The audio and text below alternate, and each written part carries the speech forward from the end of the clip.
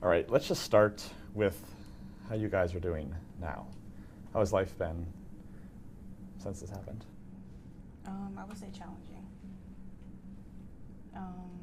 It's just difficult. Everything is new for me just because I'm in a wheelchair now, which I was just walking a year ago. So all the prosthetic training, the therapies, it's different and it's hard.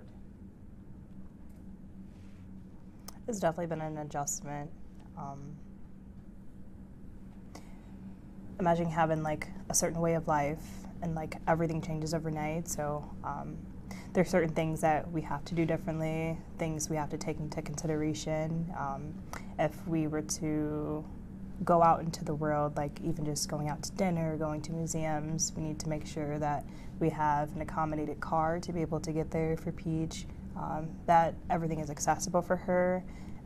If we go shopping, we need to make sure that there's elevators because the average person is going to take stairs or escalators.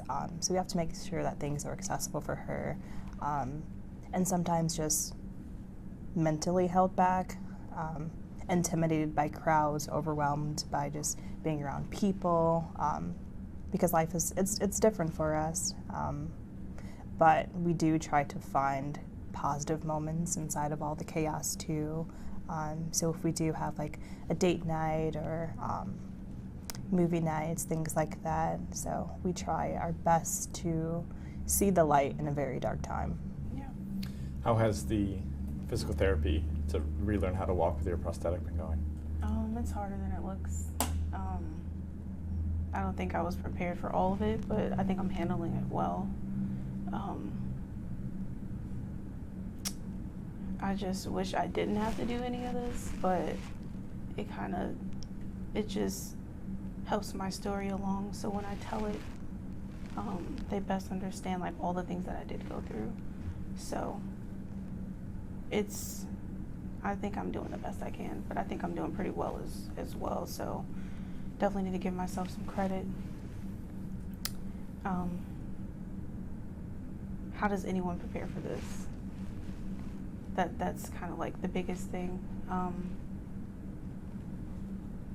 Taking it day by day as best as I can, because some days are definitely harder than others. Some days I don't want to go, but I think the more I do it, the better I'm going to become at it. I'm just ready to walk, really, and get back to all the normal things that I used to do so that I don't have to do the accessible this, accessible that. Like, those things are hard. I don't think I've ever imagined myself the way I am now, but I am getting used to it. I think I'm handling it pretty well. You're doing amazing. Yeah. I'm so proud of you. Because I don't know. I don't know who could really deal with this the way that I am. I'm actually shocked at myself. Just the strength that I've shown and how much I've overcome in the past year. I can't even believe it's been a year. It still feels like this just happened months ago. Yeah. So much time has gone by, so many things have transpired, so many surgeries, hospital visits, rehab, inpatient, outpatient, therapy, therapy for our mental health, just to make sure that like we're healing appropriately.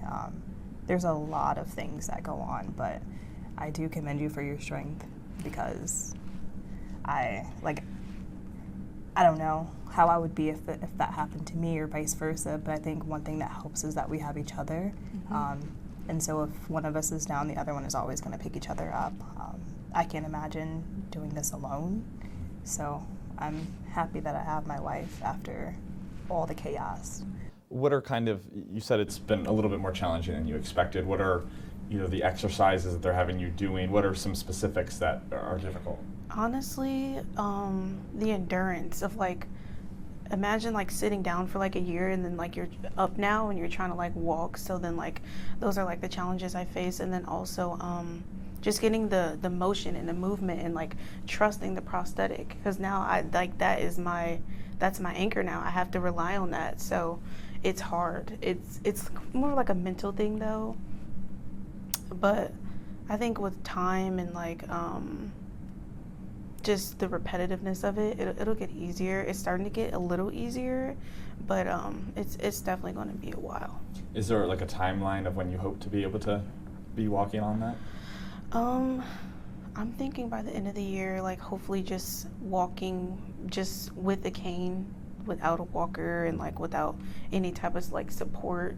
So I think by the end of the year I should be closer to my goal. Yeah. So You mentioned how life has changed in terms of not being able to do things that you guys were used to doing. What are some of those things that have some of your go-to activities that you're now not able to do or you've had to adapt? I like to walk around. I like to see things. Like, of course, I can still do those things in a wheelchair, but it's just still different. We do like the travel, so that's like different now. It's a little bit harder, like, and just like basic things like car transfers, restroom transfers, bed transfers, trying to cook, and like all those things are different and they're challenging. So getting around. Yeah. Mm-hmm. We're in this big, beautiful city, and there's so much around us. Yeah. And being in a city like this, you want to go out, you want to explore, you want to do things, but Yeah. we can't do everything that we would like to do. And if she's in her wheelchair, she might get overwhelmed. I might get overwhelmed because there's people that like crowd us because it's such a big city. And sometimes people aren't courteous, even though she's in a wheelchair. Like, they don't move out the way, they don't hold the door, just like things like that. So sometimes that can just be a little bit of a bummer. It can be a little discouraging too. We just went shopping like a few weeks ago. The store had elevators, yes, but the store was really small. So just us shopping, getting through aisles, looking through clothes with her in her chair is challenging. And people are not courteous moving out the way. So yeah, it's really different. How has your guys' work life changed? It's different because now I don't really want to do what I love. I'm still trying to just get the gist of everything and all the changes. So I was a nail tech, so it's different now. I don't really want to do that. Like, I want to do different things. Like, I'm just heading in a different direction completely. So, and I was working from home doing like customer service, but those are the things I just don't want to do anymore. So yeah, I'm not really. We're blessed to be able to have taken the year off to just like Yeah. heal all around. I can't imagine like going back to work and having to like really engage when mentally like it's already hard just me leaving to the house just to go to the store like across the street. So definitely blessed to have this time to just get to know ourselves because we're completely different now. We're not the people that we were just a year ago. Yeah. How mentally taxing has this whole legal process been for you guys?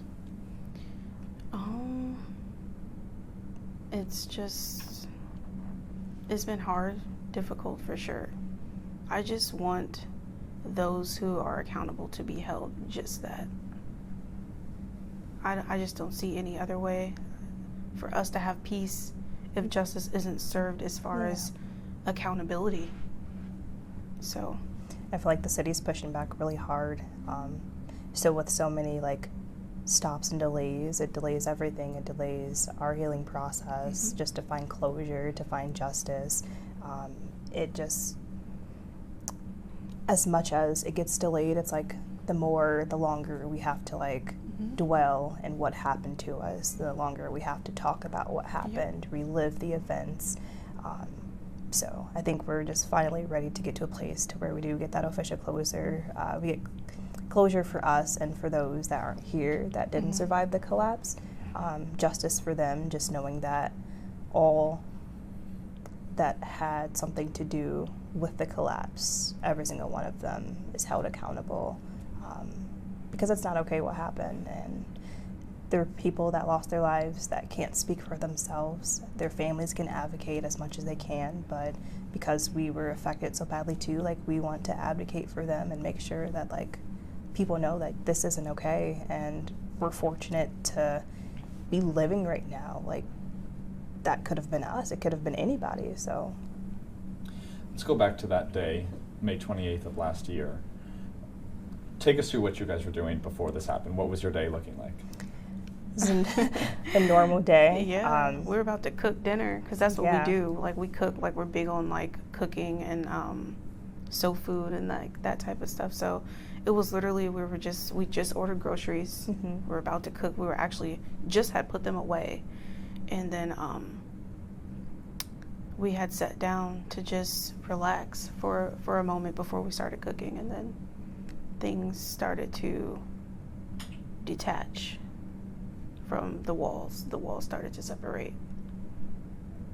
So And, quickly, It was- like quicker than we could even like grasp what was going on. Yeah. And it was just like the noises, the sounds of the building like crumbling, and we had no idea. Like we didn't have central air. We had to have a wall unit. So like we turned the air conditioner off, and we were like, "What is that noise?" Yeah. And then so we just felt like something was off, and so we just. So you started to hear like creaks before the whole thing came down. Yeah, yeah. It was like a crumbling sound, almost like if you hear rain hitting the ground or hitting like the roof above you, like that's kind of the sound that's similar to it. So like when it rains now and I hear that sound, it's an automatic trigger because Right.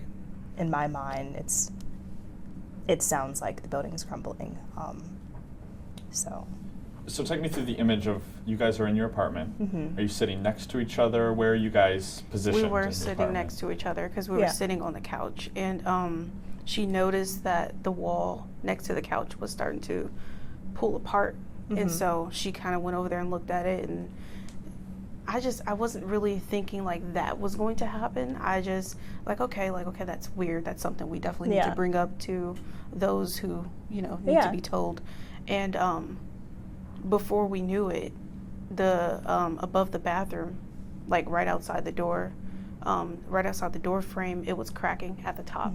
It's And, never been like that before. Like I never. captured that on my phone, and it's time stamped, and I think it was like 4:52, 53, and we literally had like 2 minutes after I took that photo before everything just fell.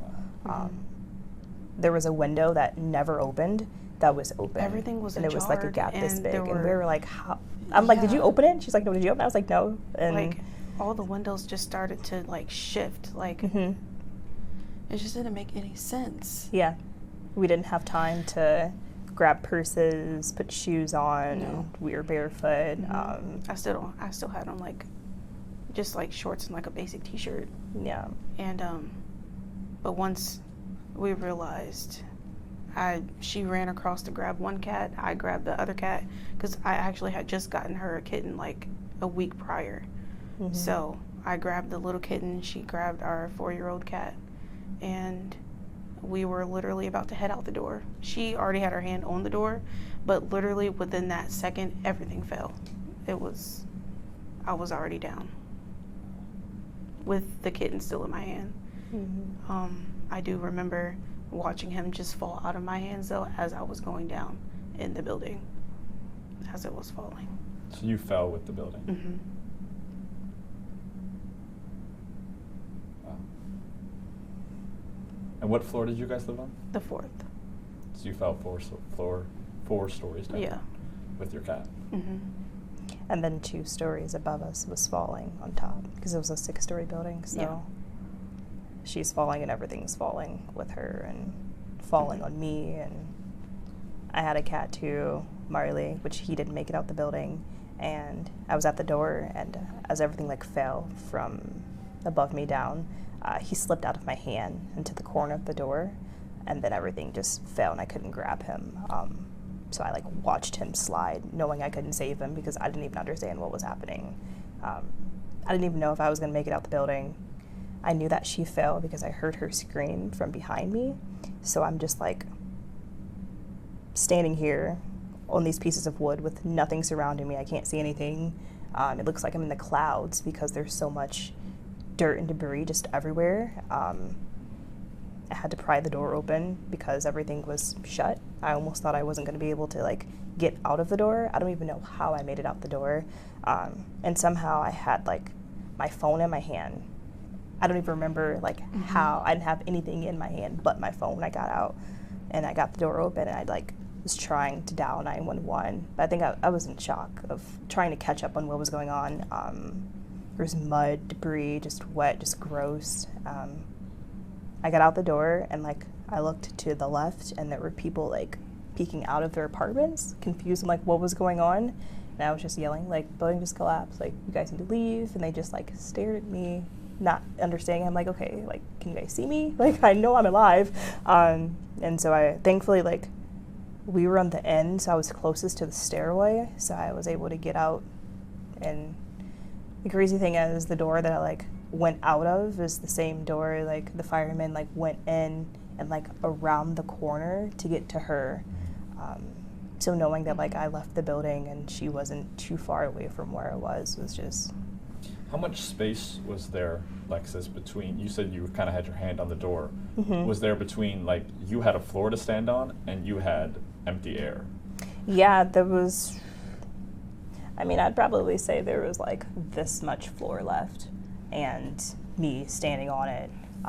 And like everything else, I mean, there was nothing left but the door and where I was standing. And if I wasn't standing where I was, if I was just a little bit to the left, a little bit to the right, like I would have fell with her. So as much as she's a miracle, I'm a miracle too, because I was able to walk out the building standing, because I can't imagine us both really hurt, because one of us needs to be there for the other person. Mm-hmm. So it was a lot to take in that one moment. Yeah. So Peach, you fall with the building. Mm-hmm.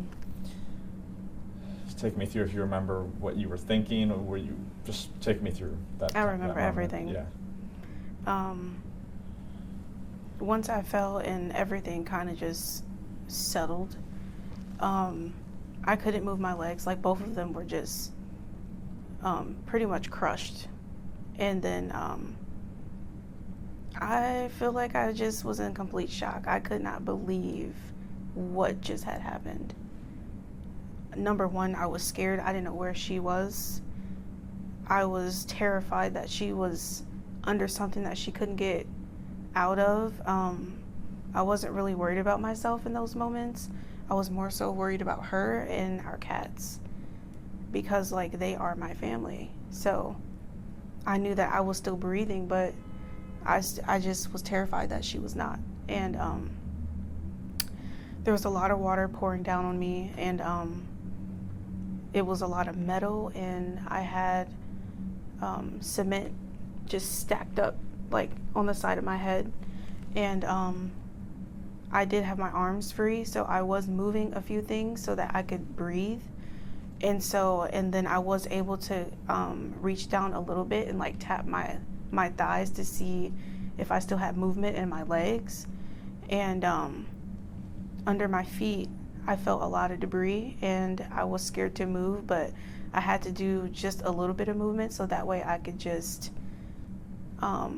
help myself breathe, because there was a lot of water coming down on me, and I was somewhat drowning in that water that was pouring on me, because it was just endless. So I had to pick up like different pieces of debris around me and like hold it over my head so that I could breathe. And then I do know that I was in and out of consciousness. So I remember that day. Mm-hmm. A few things I remember. One I remember is it was extremely hot. Yeah. Mm-hmm. And I remember the fire alarm would not end. Mm-hmm. And I just can't imagine. I mean, you must have been in agonizing pain. Yeah. Hot as can be, Mm-hmm. and a fire alarm blaring in your ear. Mm-hmm. It was a lot, and they say that I was in there for like 8 hours, but like because I was in and out of consciousness, it didn't feel that long, but then it did at the same time. I just wanted to get out of there, because it's like the more I was getting dug out, I feel like the more I was just really tired and just...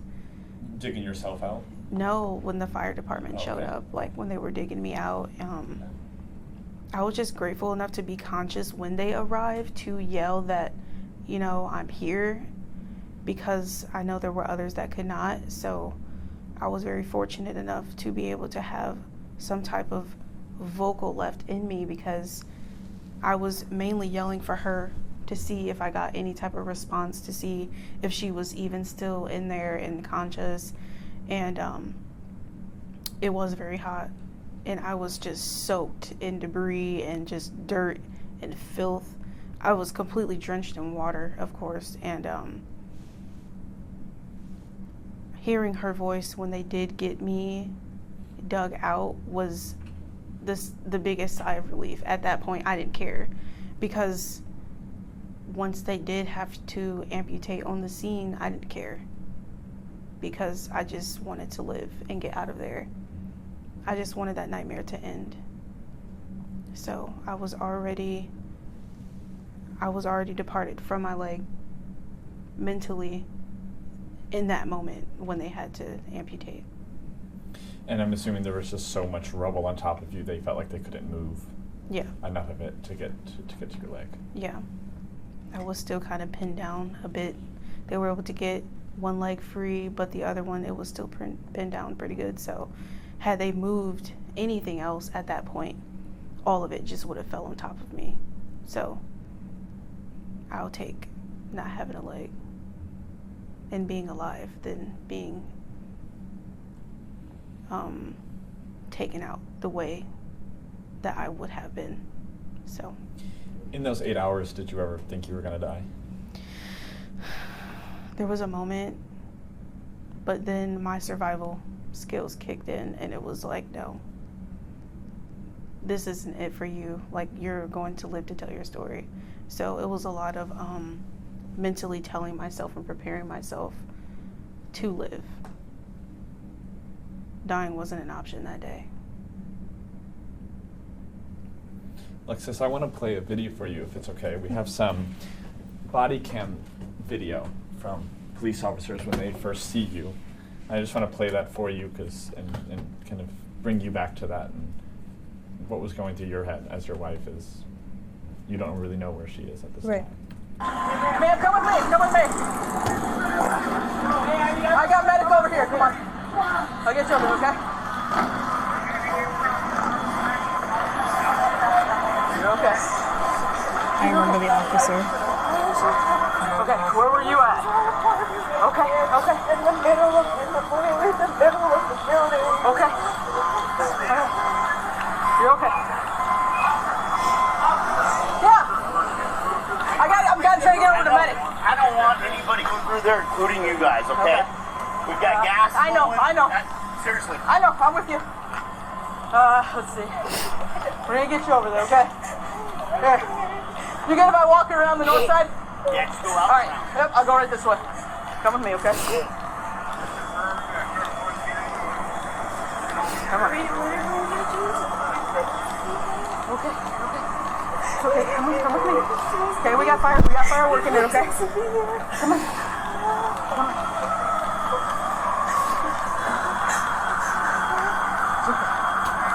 What happened before it collapsed? Did you hear anything? Yes, we heard the cracking, and I was at the foundation. The foundation was separating, and we seen it. We kept hearing the noise, and we were like, Did you hear an like this. explosion or anything like that? Yes, it happened. Watch your feet, watch your feet. And it started separating, and then we tried to grab our cats, and we were out the door, and it just fell in. Okay, I'm gonna take you over to medic, okay? Come on, ma'am.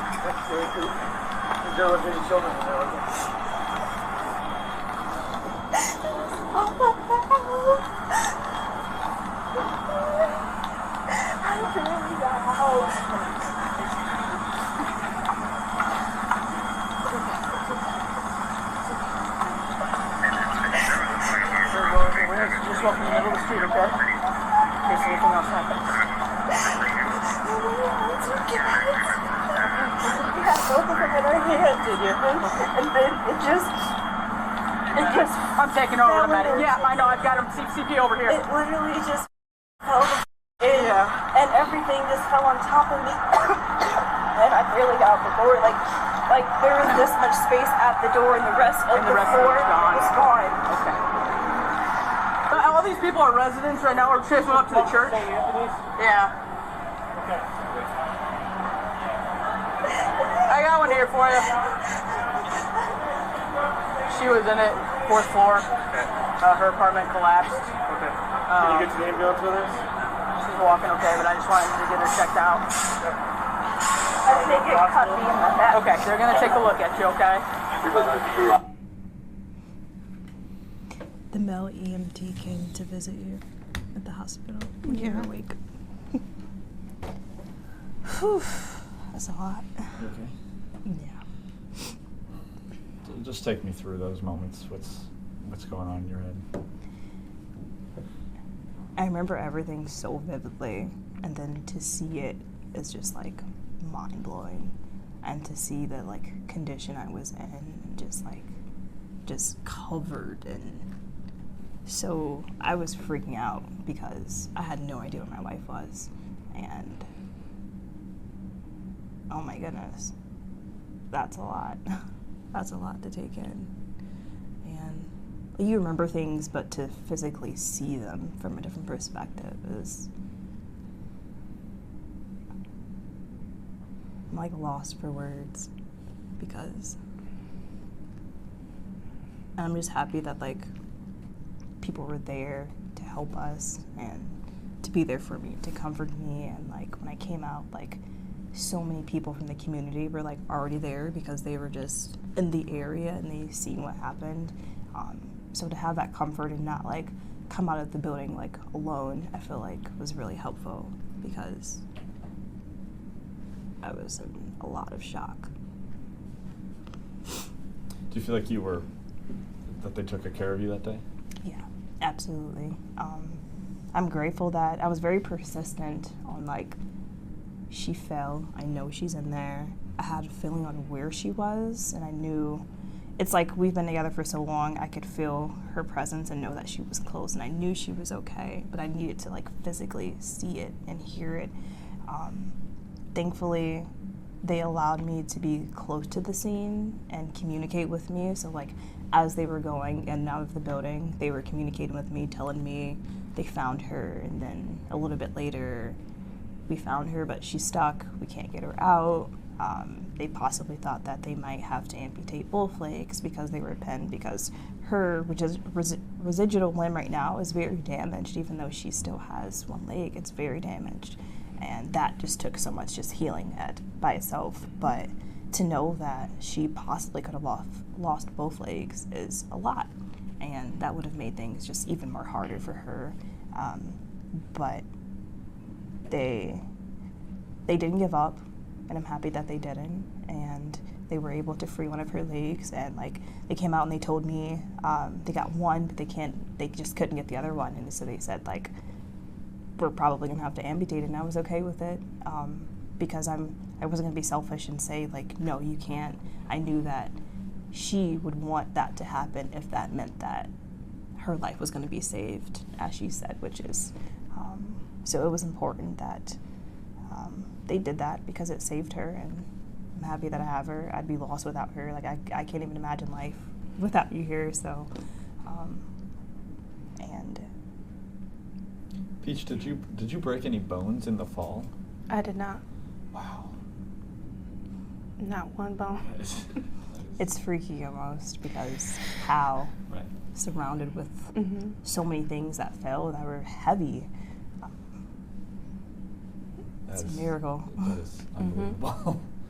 That's unbelievable. What type of pain were you in as you were laying there? I know you said you were so aware, trying to, I found it amazing that you have the wherewithal to put, rubble over you so you don't drown. What, were you screaming out? I was yelling for help just so that I did hear the fire department. And so when I heard them come in, I did start to yell for help because I wanted them to know that I was there and alive. And I wasn't in a lot of pain, like not like how people would think.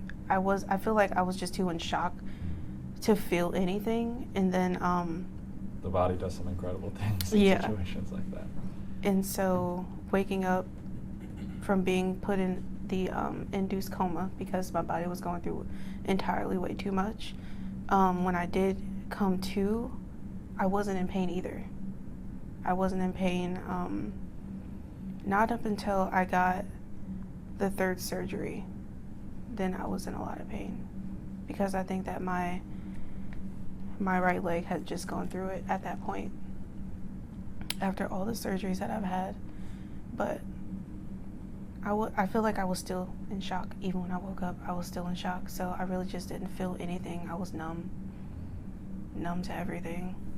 What are the 3 surgeries that you've had? What has that process been? So the amputation, like as soon as I got to the hospital from the building site, I went straight into surgery. So they cut a little bit more off so that it could be even and so that it can heal correctly for my left residual. And for my right leg, I had surgery on that because it was pretty damaged and bruised, and they wanted to make sure like all the debris was out and I didn't get any more damage to that. So then I got debridement because it was pretty much just dead skin on top of everything. And then I went to Northwestern and got 2 more surgeries on my right leg. And for the first surgery was they had to go in again and like clean it out completely, and then I got a skin graft. So those were all the surgeries that I got. How much strength do you have in your right leg at this point? It's pretty strong, especially now, but at first I couldn't even stand on it at all. And then it gradually got better, but now it's very strong. And I use it a lot to lift myself and to help myself, so. What was that moment like 8 hours after when you guys were reunited? You both knew that you were both alive and that. She didn't, we technically weren't like reunited consciously until a week later. Wow. Because you were in a coma for a week. Yeah. Wow. As soon as they took her out the building, they had sheets around the bed so like no one could see who it was or like the condition she was. I couldn't even ride in the ambulance. I don't think I needed to like see that anyway. It'd be too triggering. But then I got to the hospital. It's like midnight. She's in surgeries. I don't think she came out of surgery until like 3 a.m. or so. And the doctors came out and told me I can finally go up to her room in the ICU. And so when I first seen her after like being reunited and not knowing for those 8 hours, she was in the induced coma, looked completely different, very swollen, bruised on like every inch of her body, cuts, bruises, scars, almost like unrecognizable. So it was different, and she was so swollen that I couldn't touch her because if I touched her, it was just too puffy. So I just had to love her from a distance and let the doctors and the nurses take care of her. I never left the room. I didn't leave the hospital either. So if I left the room, it'd be like to go eat coffee or something, or they'd like force me to go eat something. But I was like not leaving her side like the entire time. So Peach, were you conscious when they amputated you? Yeah, but I didn't feel it. I think they had gave me medication at that point too. But I didn't feel anything. But I was aware and definite exactly what was happening and what was about to happen. So. What hospital did they take you guys to? Was it I think it was Genesis East. Genesis. There's a bunch of Genesis in the Yeah. Mm-hmm. And then you woke up after that week. What was that week like after? Still trying to get my mind right, like know where I am, what I knew what happened, but still trying to talk because I had a tube down my throat too. So when I woke up, I immediately asked for her, like, where is she at? And I just need to see her. Yeah, So. I didn't see her first moments waking up. I had been there every single day, and the one day I left there was Salvation Army, and I think it was at like the YMCA or something like that. Yeah. And so they had a bunch of like gift cards and things to like try to set people up for success. So I went there. That was already overwhelming because everyone was just such in a crazy like mindset. But I knew I needed to get there to like forward mail and just try to get an ID. Wasn't able to get one. And so my mom was actually there at the hospital with her when she woke up, and she was singing to her like as she was coming conscious. So, And before they put you in that coma, you knew that Lexus was alive as well, correct? Yeah, Okay. because she was there like right before they amputated. She told me that she was there. Yeah, they let me go into the site to talk to her, and I feel like it was because I think they were just uncertain of the circumstances, and I think that they were just very afraid. I knew that they wanted to save her, but like anything could have happened in any moment. So I feel like that was my time to like see her, tell her I love her and everything's okay, just for both of us to have a peace of mind. But I definitely did not want that to be the final goodbye, so I was like, you guys have to get her out. And to see her in that moment with all the debris surrounding her, like the place was just disgusting. Like, and they're holding her up by her back because her legs are pinned, so she's like midair, like hanging, and they're making sure like she's not falling. So when you fell on your back? Is that how you were laying? When I fell, it was like straight down. Like I was. Or you fell like feet first? Yeah, feet first. So what position were you in for those 8 hours? It was like angled. Yeah. Like Okay, this. you were like, okay, I see. Yeah. Yeah. I see. I'll never forget that image. Seeing her like that? Yeah, and everything like around it too, like the condition of and everything she had to breathe in, and to look at all that for 8 hours, like I can't even imagine. Like, so I'm so proud Could you of you. see anything, or was there just so much rubble in front of you? I could kind of.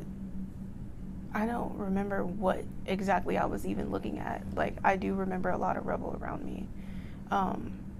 I seen the sky, but that's pretty much it. I didn't see anything else. It was just debris everywhere, smoke, and just cement and flooring. And then did both of your guys' cats die? One of ours did, which was our oldest. We had him for almost 3 years, adopted him when he was like 1.5. We still have our kitten though. Yeah. He made So it. did you have the kitten in your arms? I did. She had the kitten. You had the, oh my God. Yeah. So you fell with the kitten? Yeah, and as I was going down, I seen him just fall right out of my hands. And he was actually still trapped in the building for 5 more days after that. And he was found, thankfully, and he's our baby. Yeah, he's a wild child. Yeah. He didn't have any scratches or anything either, which I just can't believe. Like, he's full functioning. He's so crazy. But he's been our He's our emotional miracle. support. Yeah, exactly. We all were kind of like just miracles coming out of that building. So, Is there anything else you guys want to add about how your life has been this past year? How you've been propped up either financially? I know obviously you guys moved here. How you guys have just kind of tried to start this new life in Chicago. yeah. Our community has backed us up 100%. Like, they have rallied for us, they've supported us, and I feel like that's how we're able to make it. You know Yeah. what I mean? Knowing we have that support back home, Yeah. even though we can't physically be there, to know that they're still fighting for us and for everyone in that building is really important, and it meant a lot to us. We're doing the best we can, that's for certain. Yeah, But we're standing 10 toes down on getting justice. absolutely. That's not going to change, and we're not letting up. And I know you guys mentioned how almost going back to Davenport is almost like a trigger for you guys. You guys have no desire to go back. No. Not at all.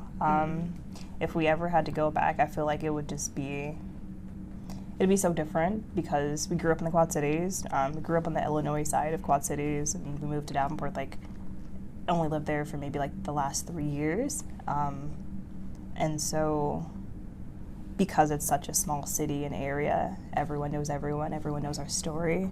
So I feel like if we were back, we would be recognizable, and everywhere we go, I feel like people would notice us, and they would either like say something to us or comfort us, or they would just kind of look in the distance and be like, is that them? So it'd be too much attention. It'd be so different. It'd be a constant reminder of everything too, and we want a fresh start. So How many years were you guys married before this happened? We were together for 10 and married for, what was it, About about 3. 2 around that time? No, we just got the next year, but I'm saying like yeah, around that we got time. married in 2020, July Yeah. 2020. So, Yeah. yeah, How has this grown you guys closer as a couple? extremely closer. Yeah. We've always been close though, like we've always just had each other, so this is just something else to just bring us even closer and closer and closer. Yeah. And how did you guys meet originally? Church camp. Right. We were best friends for a while, and then as time kind of gradually went by, got a little closer. So, but she's my best friend, and She's I my think, best friend. yeah, I feel like that's important in relationships because that's how you remain close to each other. You have to have that friendship first, and to get grounded, and then love comes after, and everlasting. So. I'm ready to spend the next 70, 80 years with her. A walker and. How old are you guys right now? I'm 28. I'm 25. Yeah. So we got a long life Yes, to you live. do. Yes, you do. Is there anything else you guys want to say? We're here. We made it. Standing strong, Mm-hmm. and we look forward to the future because we know that it's going to be bright. We just have to get through this time, this transition, and once we finally get justice, we get closure, we're excited to live our lives because we got a second chance at living, so we're not trying to mess this up. Want to explore, want to travel, we want to give back, set up nonprofits, and just give back to our community, so we're really ready for the future and what it holds. Thank you guys. Yeah, thank you.